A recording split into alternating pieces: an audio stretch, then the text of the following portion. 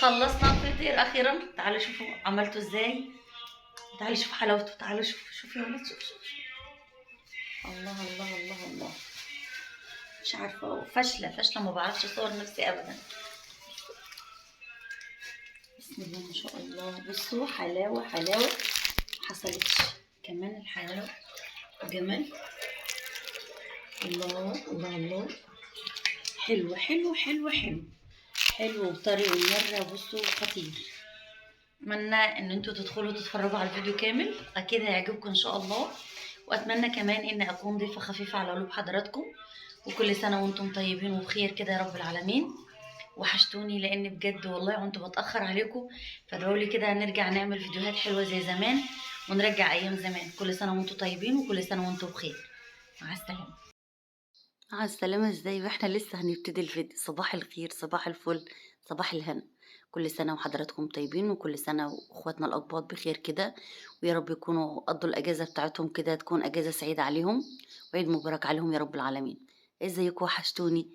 تعالوا بقى نشوف هنعمل ايه. تعالوا الأول نصلي على النبي عليه أفضل الصلاة والسلام، وكمان نحط حتة الاشتراك الصغنطوط بعد إذنكم، وكمان حتة اللايك الصغنطوط طبعا لو القناة عجبتك.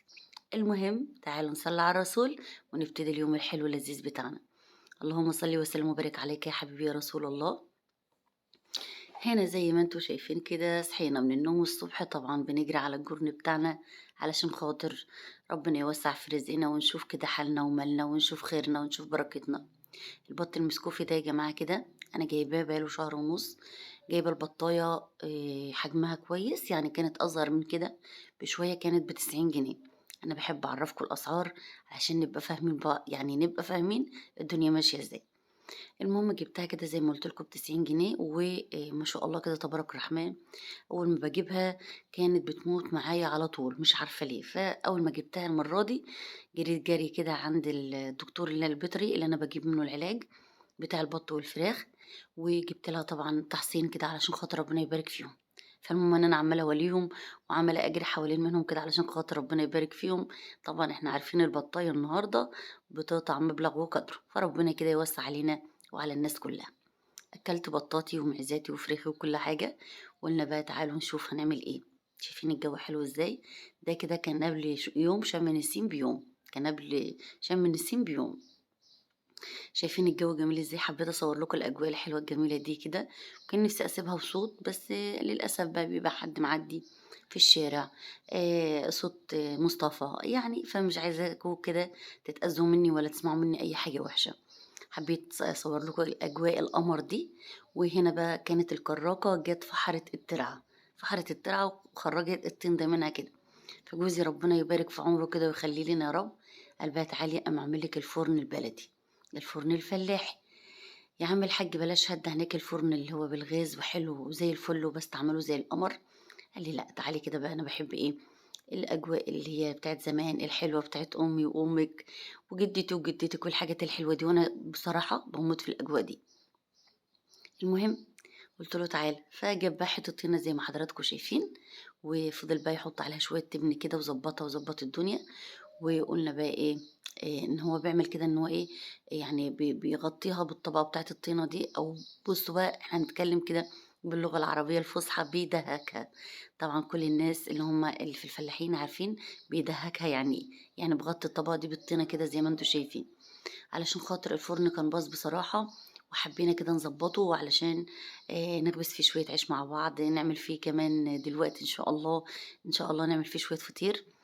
وكمان كده يا رب تجعل أيامكم كلها خير وسعادة، ونرجع مع بعض كده زي زمان ونصور الفيديوهات الحلوة بتاعت زمان. فزي ما انتوا شايفين، عايزة اقول لكم ان انتوا وحشتوني كتير كتير، وعاوزة اقول لكم ان انتوا النعمة اللي ربنا اداها لي. ساعات كتير جدا ببقى قاعدة كده عندي ملل الفترة اللي فاتت دي كلها، يعني بصراحة كانت وحشة جدا جدا جدا، فمش عارفة عدت علينا ازاي. فالحمد لله ان هي عدت وعدت بخير. ونفسي كده ارجع معاكم زي ما زمان ونصور الفيديوهات الحلوة اللي حضراتكم بتحبوها مني، ان انا بصور لكم في الجرن واصور لكم البط واصور لكم الحاجات الحلوة. فربنا كده يديم علينا الصحة والعافية يا رب وراحة البال، أهم من أي شيء. ونرجع كده زي زمان ونصور الفيديوهات القمر اللي حضراتكم بتحبوها مني. صلوا على النبي كده، ولو نسيتوا تحطوا اللايك علشان خاطر تنزلوا تحطوا لي اللايك. بحس ان هو كده يعني ان انتوا بتدوني طاقة ان انا اقوم، ان انا اقوم واكمل.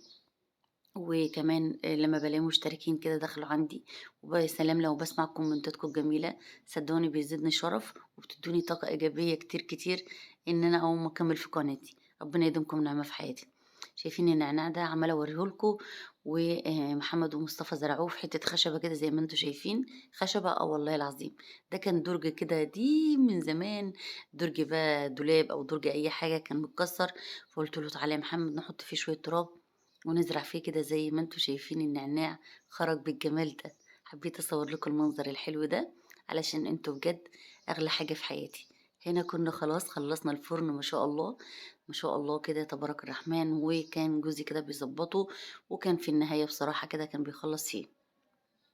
اتمنى تنوروني، واتمنى تنزلوا دلوقتي وتحطوا اللايك علشان خاطري، وصلوا على النبي عليه افضل الصلاة والسلام. وادعوا كده كده لاخواتنا في فلسطين. دعوة حلوة يعني تخرج كده من القلب. هنا بقى كده خلاص كنا خلصنا الفرن، وطبعا بقى لازم نسيب الفرن يوم بليلة ما نعملش في حاجة على ما ينشف. ورحنا جري جري جري. جيت بقى هنا كانت الساعة 5 العصر كده، قلت اروح اعجن شوية الفطير، وعلشان خاطر نعملهم بقى ايه لتاني يوم اللي هو شم النسيم، بدل ما اصحى كده الصبح ابقى الدنيا متدربكه حوالين مني. هنا اللي هناك ده كده علي، العجل الصغنطوط ده، مصطفى بحبه موت يا ولاد، مسمينه علي. عمال يلعب بيه وعمال يجري بيه ويأكله ويظبطه. صدقوا انه بيسرق الاكل بتاع الفراخ العلف الناعم البادي، ويجري جري ويعمل ايه ياكلوا لي. فهعمل ايه؟ المهم ان انا هنا، انت بتعملي ايه يا حاجه؟ هنا عجنت الفطير، جبت 4 كيلو من الدقيق. طبعا بتحط لهم ميه على قد ما بيحتاجوا، وبنحط لهم شويه الملح بس. وبعد ما العجينه بتظبط معايا وكل الميه كلها بتدخل فيها وبتتشربها، وخلاص كده العجينه بتحس ان هي لمت من ايدك، نرجع نعجن فيها تاني نبل ايدينا زي ما انتوا شفتوا. جريت جري على الحنفية كده ببل ايدي زي ما حضراتكم شفتوا، وكل شوية نبل ايدينا كده بالمية ونعجن. صدقوني بصوا، خطوة أهم خطوة في العجين، بتخلي العجين كده في حتة تانية وبتخليه مرن، وبتخليه بالجمال اللي حضراتكم شايفينه ده. هنا كده كنت خلاص خلصت العجينة.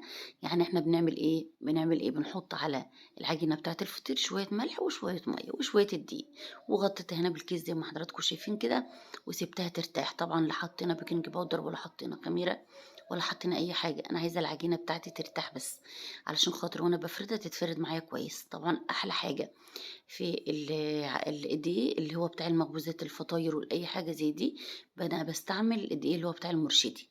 تمام، بيبقى خطير جدا جدا. وهنا جوزي ربنا يديمه نعمه في حياتي، طبعا عارف ان انا بموت من الدخانه والولعه، فقال لي بقى انا هولع لك ايه؟ هولع لك الفرن. قلت له ماشي يا ابني ربنا يرضى عنك. فالمهم ان هو ولع لي الفرن كده زي ما حضراتكم شايفين، والعيال مبسوطين وعمالين نجري. وهنا ملوكه كانت بتنشف لي او بتمسح لي الطبليه، وما شاء الله كده. وكان معايا كيلو من السمنه البلدي، قلت ايه اما اسيحه كده على النار علشان خاطر هعمل بيه هو والقشطه. لو عايزه تزودي بقى سمنه من اللي هي العاديه اللي هي بتاعت العلب، زودي عادي مفيش اي مشاكل. بتحطي حته سمنه بلدي عليها، وبتحطي حته سمنه كمان من اللي هي الكريستال او اي سمنه انت بتحبي تستعمليها. بنحط النص والنص وبس.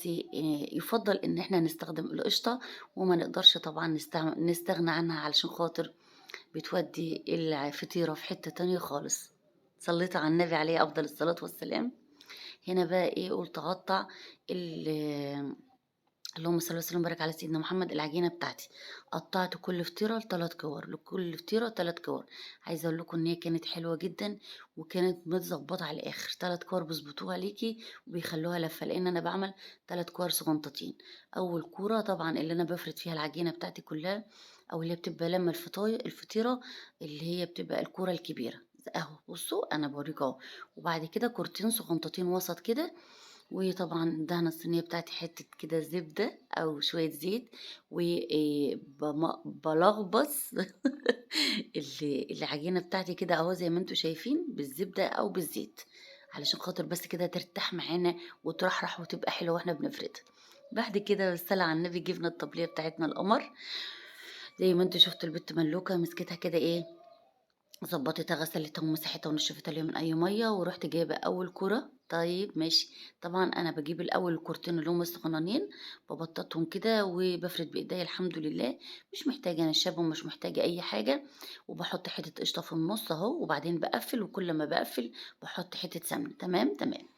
هنعمل كمان واحدة مع بعض. طبعا دي كمان الكرة الصغننة، لسه ما وصلتش للكرة الكبيرة. هفردها كده بالراحة وبشوشة، وبحط حتة سمنة الأول علشان خاطر تسهل معايا في عملية الفرد. وما شاء الله دي حلو جدا جدا جدا، وحلو لذيذ، وبتفرد معانا بسرعة وبكل سهولة زي ما حضراتكم شايفين. وبفرد كده، بتدوسي على الأطراف بس كده علشان خاطر تتفرد معاكي. حط بقى حتة قشطة كده محترمة بنت ناس بعد ما خلصنا فرد. ودي كانت آخر كورة معانا اللي هي كانت الكبيرة. انا عملت 2 جوه 2 اهو. ودي كانت اخر واحده. فما زي ما انتم شايفين بنقفل وبندهن وبنظبطها كده. حته القشطه طبعا زي ما قلت لكم بتوديها في حته تانية خالص. نعمل مع بعض واحده كمان، نعمل مع بعض واحده كمان. فهنا زي ما انتم شايفين قلت لكم نعمل مع بعض واحده كمان. اللهم صل وسلم وبارك على سيدنا محمد. لا لا لا يا ولاد، ده انا كنت عملت كورتين، ودي كانت التالتة الكبيرة بقى بتاعت الفطيرة اللي احنا عملناها مع بعض. وبنقفل كويس اهو زي ما انتم شايفين بالظبط. يا رب الشرح بتاعي يكون سهل وبسيط كده على حضراتكم، واكون ضيف خفيف عليكم يا رب العالمين. طبعا مسكت الصينية بتاعتي دهنتها حتة زبدة كده، ورحت حطها في الصينية نسيبها ترتاح كمان نص ساعة، نص ساعة ايه، كمان 10 دقايق او ربع ساعة. ارتاحت معايا وبقى زي الفل كده. الفرن ولع، وكنا خلاص دخلنا كده على ايه، خلاص كنا داخلين على اذان العشاء كان هيأذن. كانت كده الساعة حوالي 8 أو 8:30 أهو. واحنا قاعدين بقى هناك كمان في الجرن كده، وشايفين الفرن مولع هناك. فما شاء الله كده تبارك الرحمن، بجري جري أهو. فردتهم وبعدين حطيت حتة قشطة على وشهم. تمام تمام. وكده خلصنا وبتسووني. خلصنا الفطير أخيرا. تعالوا شوفوا عملته ازاي. تعالوا شوفوا حلاوته. تعالوا شوفوا شوفوا يا ولاد، شوفوا شوفوا. الله الله الله الله. مش عارفة، فاشلة فاشلة، ما بعرفش أصور نفسي أبدا. بسم الله ما شاء الله. بصوا حلاوة حلاوة محصلتش. كمان الحلاوة وجمال. الله الله الله. حلو حلو حلو حلو. حلو وطري ومرة. بصوا خطير. اتمنى ان انتوا تدخلوا تتفرجوا على الفيديو كامل، اكيد هيعجبكم ان شاء الله. واتمنى كمان ان اكون ضيفة خفيفة على قلوب حضراتكم. وكل سنة وانتم طيبين وبخير كده يا رب العالمين. وحشتوني لان بجد والله كنت بتاخر عليكم. فادعولي كده نرجع نعمل فيديوهات حلوه زي زمان، ونرجع ايام زمان. كل سنه وانتم طيبين، وكل سنه وانتم بخير. مع السلامه.